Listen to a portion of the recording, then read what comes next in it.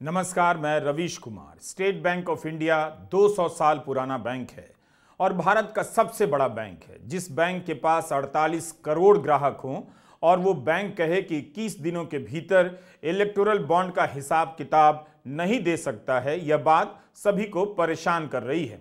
State bank की अपनी विश्वसनीयता है। इसके प्रबंधकों ने जब से सुप्रीम कोर्ट में अपील डाली है कि इलेक्टोरल बॉन्ड के बारे में जानकारी देने के लिए 136 दिन लगेंगे, लोग स्टेट बैंक ऑफ इंडिया का मजाक उड़ा रहे हैं, सवाल कर रहे हैं। उन्हें इसकी आशंका है कि state bank of India 16,000 crore का घोटाला छिपा लेगा। यह फैसला जिसका भी होगा उसका कुछ चेहरा होगा, नाम होगा।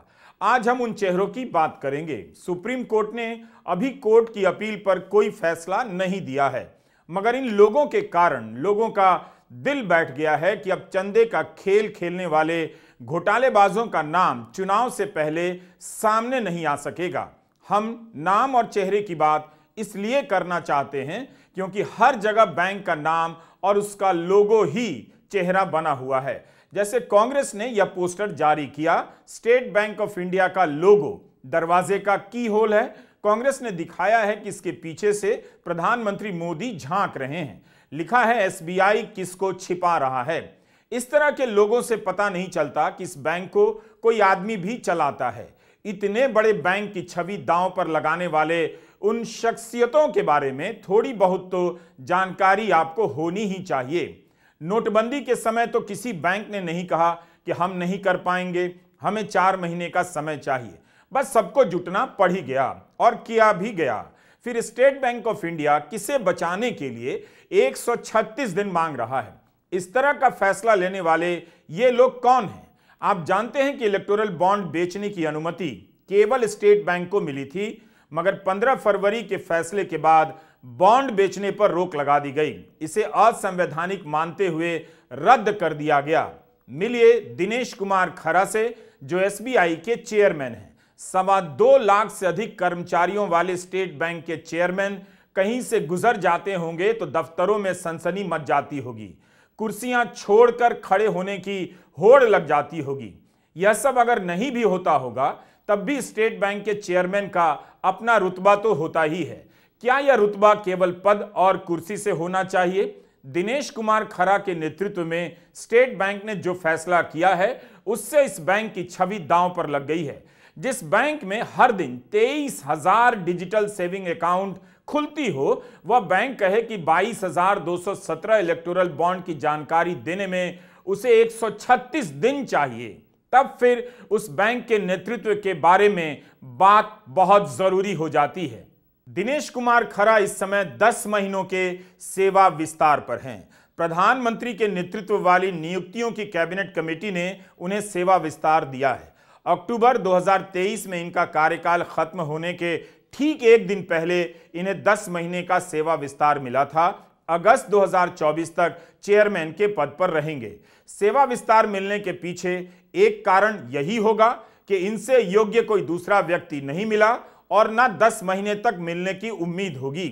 सेवा विस्तार के समय दिनेश कुमार खरा ने मीडिया से यही कहा था कि वे डेटा एनालिटिक्स पर काम कर रहे हैं। आज वही दिनेश कुमार खरा इलेक्टोरल बॉन्ड के डेटा की एनालिसिस के लिए 4 महीने मांग रहे हैं। 22,217 इलेक्ट्रॉनिक बॉन्ड की डिटेल निकालने के लिए हमारा सवाल है कि ऐसे में इनकी योग्यता पर सवाल क्यों नहीं किया जाना चाहिए?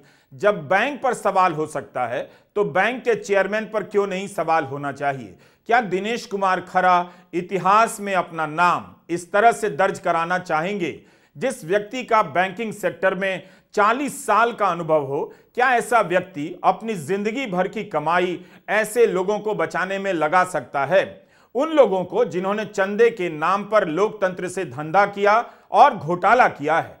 कई लोग स्टेट बैंक के फैसले को इस तरह से भी देख रहे हैं जैसे बैंक ने चंदे के धंधे में शामिल लोगों को बचाकर देश के संविधान की आत्मा और लोकतंत्र की पीठ में छुरा भोंकने का काम किया है। स्टेट बैंक को लेकर आलोचनाएं तीखी होती जा रही हैं। इसी संदर्भ में हम दिनेश कुमार खरा की बात कर रहे हैं, क्योंकि हम चाहते हैं कि उनकी भी बात हो जिनके नेतृत्व में स्टेट बैंक ने इतना बड़ा फैसला लिया होगा, जिस फैसले के कारण 15 मार्च तक संविधान के साथ फ्रॉड करने वालों और हजारों करोड़ों का चंदा देने वालों का नाम समय पर नहीं आ सकेगा, तो ऐसे व्यक्ति का नाम भी लिया जाना चाहिए। फैसला स्टेट बैंक के लोगो या साइन बोर्ड ने नहीं लिया है। फैसला लेने वाले महान विभूतियों के बारे में आपको जानना ही चाहिए। दिनेश कुमार खरा अक्टूबर 2020 में स्टेट बैंक के चेयरमैन बनाए गए। दिल्ली विश्वविद्यालय से कॉमर्स और एमबीए की पढ़ाई की है। 1984 में स्टेट बैंक ऑफ इंडिया से जुड़े। एसबीआई और उसके 5 एसोसिएट बैंकों और भारतीय महिला बैंक का जब विलय हुआ, उसमें इनकी अहम भूमिका थी। एक समय पर दिनेश कुमार खरा एसबीआई के रिस्क, आईटी और कंप्लायंस के इंचार्ज भी रहे हैं, यानी इनका आईटी के क्षेत्र में अच्छा खासा अनुभव भी है। फाइनेंशियल एक्सप्रेस ने रिपोर्ट किया है कि वित्त वर्ष 2022-23 में इनकी सैलरी पिछले वर्ष के मुकाबले 7.5% बढ़ा दी गई। अखबार ने इनकी सैलरी के बारे में क्यों रिपोर्ट किया है, हमें समझ नहीं आया। डिजिटल कामयाबी को स्टेट बैंक बढ़ा चढ़ाकर बताता है, मगर इलेक्टोरल बॉन्ड की जानकारी डिजिटल तरीके से नहीं रखता है। क्यों नहीं रखता है, और अगर रखता है तो मिलान का डेटा देने में 3 हफ्ते की जगह 4 महीने क्यों चाहिए? दिसंबर 2023 में सीएनबीसी टीवी 18 से दिनेश कुमार खरा ने कहा था कि हम सबके लिए डिजिटल पहली प्राथमिकता है। हमने इसमें काफी निवेश किया है ताकि हम अपनी डिजिटल क्षमता को बढ़ा सकें। स्टेट बैंक ऑफ इंडिया की वेबसाइट पर जाएंगे तो चेयरमैन दिनेश कुमार खरा का ही संदेश मिलेगा, जिसमें उन्होंने पूरा विस्तार से बताया है कि बीते वर्षों में स्टेट बैंक ने क्या क्या हासिल किया है। वे बताते हैं कि वित्त वर्ष 2023 में एसबीआई ने 1.25 करोड़ रेगुलर सेविंग अकाउंट खोले, जिसमें से 64% डिजिटल माध्यम से खोले गए। यह जानकारी भी दी गई कि 2022 में एसबीआई को IBA annual banking technology awards द्वारा बेस्ट डिजिटल फाइनेंशियल इंक्लूजन की श्रेणी में लगातार चौथी बार नवाजा गया था। दिनेश कुमार खरा जब प्रबंध निदेशक थे तब भी इन्हें 2 साल का सेवा विस्तार मिल चुका है। 2019 में प्रबंध निदेशक के पद पर कार्यकाल पूरा कर रहे थे, तब मोदी सरकार ने इन्हें 2 साल का सेवा विस्तार दिया। 2020 अक्टूबर में चेयरमैन बनाए गए। इस समय 10 महीने के सेवा विस्तार पर हैं। स्टेट बैंक ऑफ इंडिया के प्रबंध निदेशक अश्विनी कुमार तिवारी को भी 2 साल का सेवा विस्तार मिला हुआ है। जाहिर है काफी योग्य व्यक्ति होंगे, तभी 2 साल का सेवा विस्तार मिला है। इतने काबिल व्यक्ति के होते हुए स्टेट बैंक 21 दिनों में 22,217 बॉन्ड की डिटेल चुनाव आयोग को नहीं दे सकता है? क्या इनके नेतृत्व में बैंक दिन रात लगाकर जानकारी नहीं दे सकता था? क्या यह बात उनके बैंक के कर्मचारी नहीं जानते हैं कि जब टारगेट पूरा करना होता है तो बैंकों की हजारों शाखाओं में लाखों कर्मचारी कैसे दिन रात काम करते हैं, ब्रांच में देर रात तक टिके रहते हैं और टारगेट पूरा करने का तनाव झेलते हैं? तब स्टेट बैंक ने यह चैलेंज क्यों नहीं लिया और सुप्रीम कोर्ट के आदेश का पालन करके क्यों नहीं देश को दिखा दिया? आप हैं अश्विनी कुमार तिवारी, एसबीआई के प्रबंध निदेशक। इसी जनवरी 2024 में आपका कार्यकाल खत्म होने वाला था, लेकिन 2 साल का सेवा विस्तार मिल गया।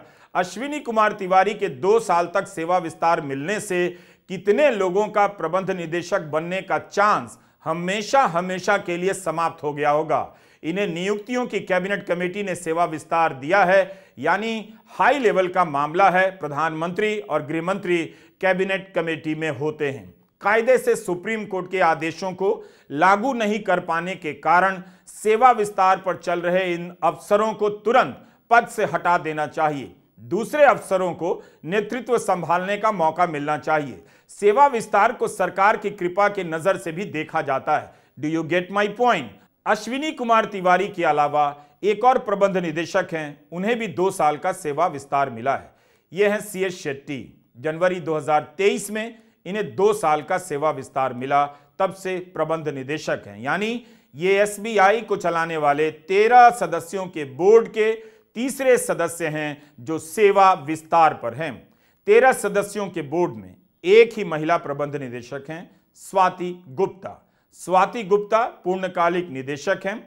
इनके बारे में बैंक ने यही लिखा है कि ये 2012 से 17 तक दिल्ली नगर निगम की पार्षद रही हैं और जोनल चेयरमैन रही हैं। उसके बाद 2017 से 22 तक नगर निगम की शिक्षा समिति की मनोनीत सदस्य रही हैं। बैंक ने इन्हें सामाजिक कार्यकर्ता और शिक्षाविद लिखा है। एमसीडी की पार्षद रही हैं तो किसी पार्टी से रही हो सकती हैं, इसका हमें ठीक ठीक पता नहीं चल सका। और यह भी नहीं कि बैंक ने इनकी जानकारी में इनकी राजनीतिक पृष्ठभूमि के बारे में क्यों नहीं लिखा है। स्टेट बैंक की पूर्णकालिक निदेशक स्वाति गुप्ता और दिलशाद गार्डन की पार्षद रही स्वाति गुप्ता की तस्वीर में बहुत ज्यादा फर्क नजर नहीं आता है, मगर फिर भी हम अपनी तरफ से इस वक्त कुछ नहीं कहना चाहते कि वे बीजेपी से ही जुड़ी रही हैं, जबकि सोशल मीडिया पर दिलशाद गार्डन की पार्षद रही एक स्वाति गुप्ता की जो जानकारी मिलती है उससे यही पता चलता है कि उनकी गतिविधियां भारतीय जनता पार्टी की तरफ की रही हैं। जैसे ये फोटो 2013 का है जिसमें स्वाति गुप्ता बीजेपी नेता विजय गोयल को माला पहना रही हैं और यहां स्वाति गुप्ता के हाथ में केजरीवाल शर्म करो का पोस्टर है। फेसबुक पर स्वाति गुप्ता का पेज है, मगर उन्होंने ही बनाया है हम नहीं कह सकते। इस पेज में बीजेपी का चुनाव चिन्ह है, लेकिन बहुत ज्यादा गतिविधि यहां अब नहीं है। स्वाति गुप्ता जब निदेशक बनाई गई तब मीडिया में इनकी राजनीतिक पृष्ठभूमि के बारे में कोई जानकारी रिपोर्ट नहीं हुई है, कम से कम हमें नहीं मिली। हमारी जिज्ञासा अभी भी अधूरी है कि स्वाति गुप्ता का संबंध बीजेपी से है या नहीं। वैसे केंद्र सरकार को यह अधिकार है कि वह बैंक के बोर्ड में अपना एक सदस्य नियुक्त कर सकती है। जो भी है, इस बात की पुष्टि की जा सकती है कि स्टेट बैंक के 13 सदस्यों के बोर्ड में चेयरमैन के साथ साथ 3 सदस्य ऐसे हैं जो सेवा विस्तार पर हैं। हमारा सवाल है कि बोर्ड तक पहुंचने वाले काबिल लोग होते ही होंगे, फिर इन लोगों ने 21 दिनों में जानकारी जुटाने का प्लान क्यों नहीं बनाया। सुप्रीम कोर्ट का फैसला आने के 3 हफ्ते बाद बैंक सुप्रीम कोर्ट से अपील करता है, तब जब 6 मार्च की डेडलाइन में सिर्फ 2 दिन रह जाते हैं। सेवा विस्तार पर चल रहे नेतृत्व से आप हर काम में सेवा और समय विस्तार के अलावा क्या ही उम्मीद कर सकते हैं। भारतीय स्टेट बैंक ने अपनी सालाना रिपोर्ट में लिखा है कि हमारी डिजिटल एप्लीकेशन योनो पर 6 करोड़ से अधिक यूजर हैं। रोजाना औसतन 5.5 लाख लेन देन डिजिटल माध्यम से होते हैं। हर रोज 45,000 डिजिटल पंजीकरण होते हैं। रोज 1 करोड़ बार योनो पर लॉगिन किया जाता है। बैंक की सालाना रिपोर्ट में लिखा है कि आज के समय में यह जरूरी है कि ऐसी संस्था बनाई जाए जो फिजिकली सर्वव्यापी हो। फिजिकल और डिजिटल के विलय से यह शब्द बना है। अगर फिजिकली सर्वव्यापी ही बनना था, फिर क्यों नहीं बैंक ने फिजिकल बॉन्ड की डिजिटल कॉपी रखी।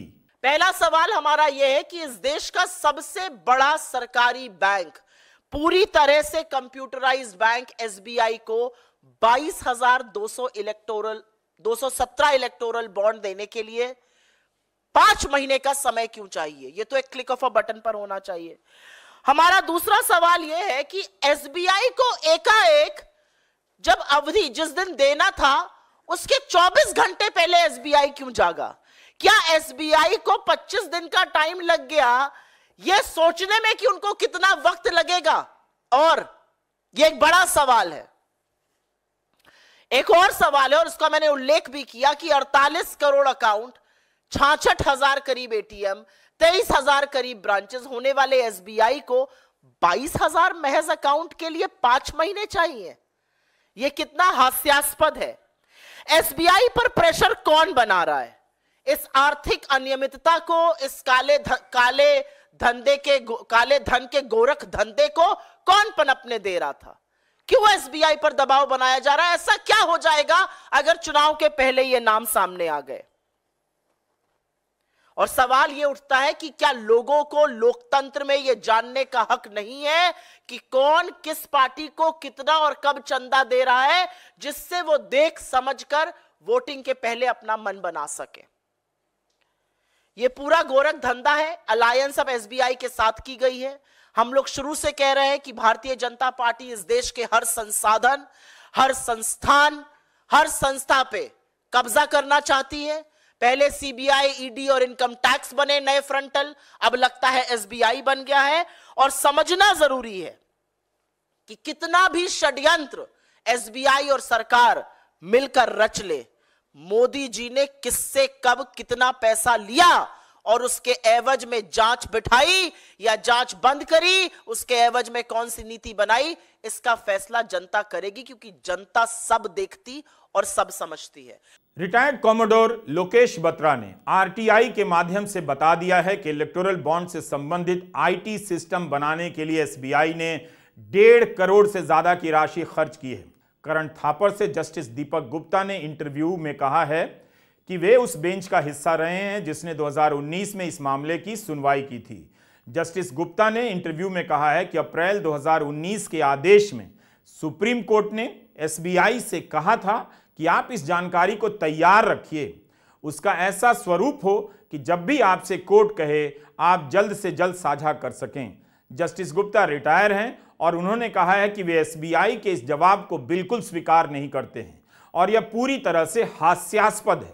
करण थापर का इंटरव्यू आप द वायर के यूट्यूब चैनल पर जाकर देख सकते हैं। क्या आप जानते हैं कि state bank of India YONO app से हर तिमाही में 100 करोड़ की कमाई करता है। जिस बैंक की एक ऐप से इतनी कमाई हो, उसने 22,217 इलेक्टोरल बॉन्ड की जानकारी क्यों नहीं दी? क्यों उसे 136 दिनों का समय चाहिए?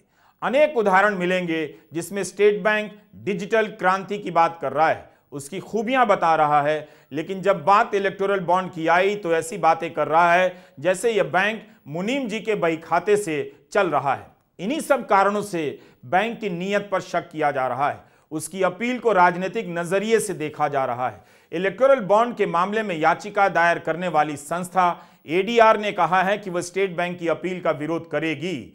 बैंक कर्मचारियों के संगठन bank employees federation of India ने प्रेस नोट जारी किया है और कहा है कि वे राजनीतिक मकसद के लिए बैंक के इस्तेमाल का विरोध करते हैं। मांग करते हैं कि स्टेट बैंक ऑफ इंडिया सारी जानकारी तय समय पर सार्वजनिक करे। नमस्कार, मैं रवीश कुमार।